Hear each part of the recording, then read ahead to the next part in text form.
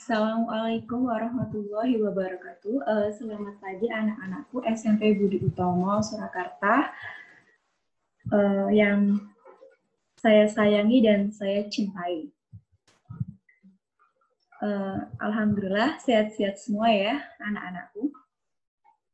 Kai bertemu lagi dengan saya, Ustazah Putik. Kegiatan belajar di rumah ini diperpanjang ya sampai batas waktu yang belum ditentukan. Mengapa hal itu terjadi? Seperti yang kita tahu bahwa itu adalah usaha dari pemerintah untuk mengurangi penyebaran virus corona. Jadi dimohon untuk anak-anak untuk selalu patuh dan untuk tetap diam di rumah. Diam di rumah di sini dalam artian belajar di rumah ya. Nantinya jika wabah virus ini selesai teratasi, artinya juga kita bisa beraktivitas seperti sedia kala. Kita bisa beraktivitas kembali seperti sedia kala. Semoga virus ini segera ditemukan, segera teratasi dan vaksinnya segera ditemukan. Dan yang sedang mengalami kena virus corona, semoga cepat diberi kesembuhan. Terus yang semua yang sehat tetap diberi kesehatan.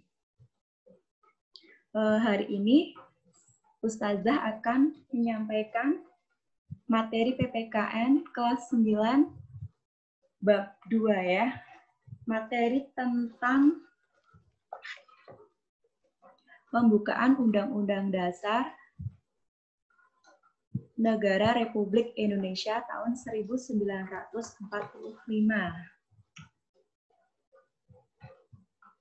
Nanti materi yang akan kita bahas, yang pertama, isi dan makna alenia pembukaan Undang-Undang Dasar Negara Republik Indonesia tahun 1945.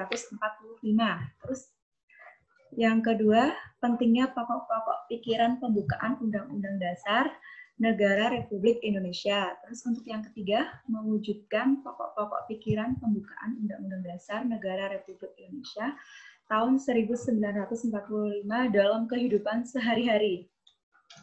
Selanjutnya,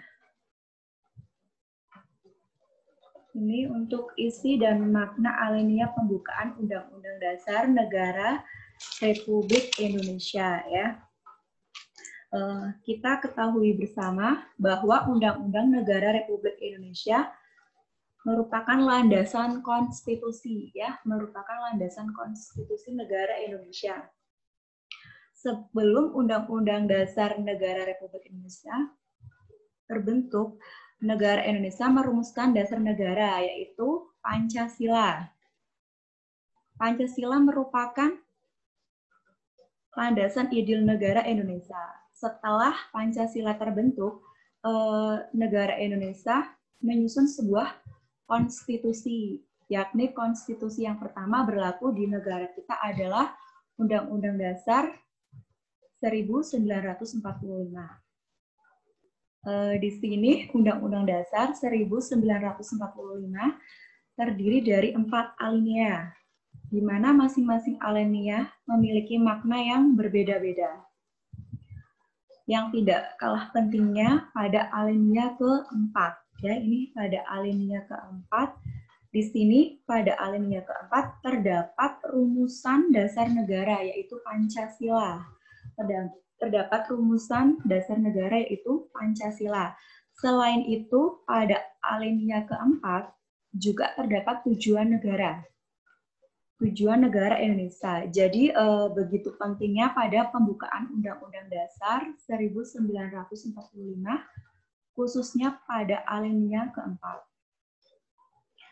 Sekarang marilah kita bahas bersama tentang pokok pikiran. Mulai dari alinea pertama sampai dengan alinea keempat.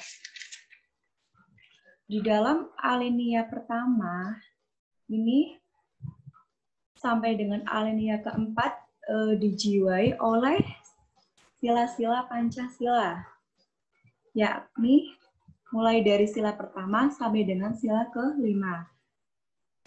Sekarang kita masuk pokok pikiran.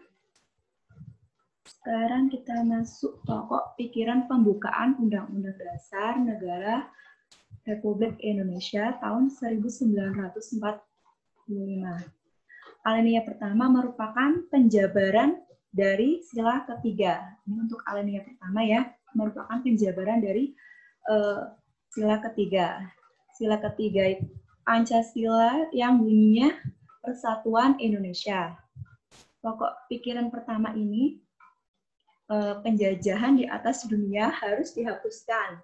Pengertian di sini adalah penjajahan di atas dunia harus dihapuskan karena tidak sesuai dengan peri kemanusiaan. Ini begitu pentingnya negara Indonesia karena pada saat itu dijajah, menimbulkan penderitaan yang sangat luar biasa.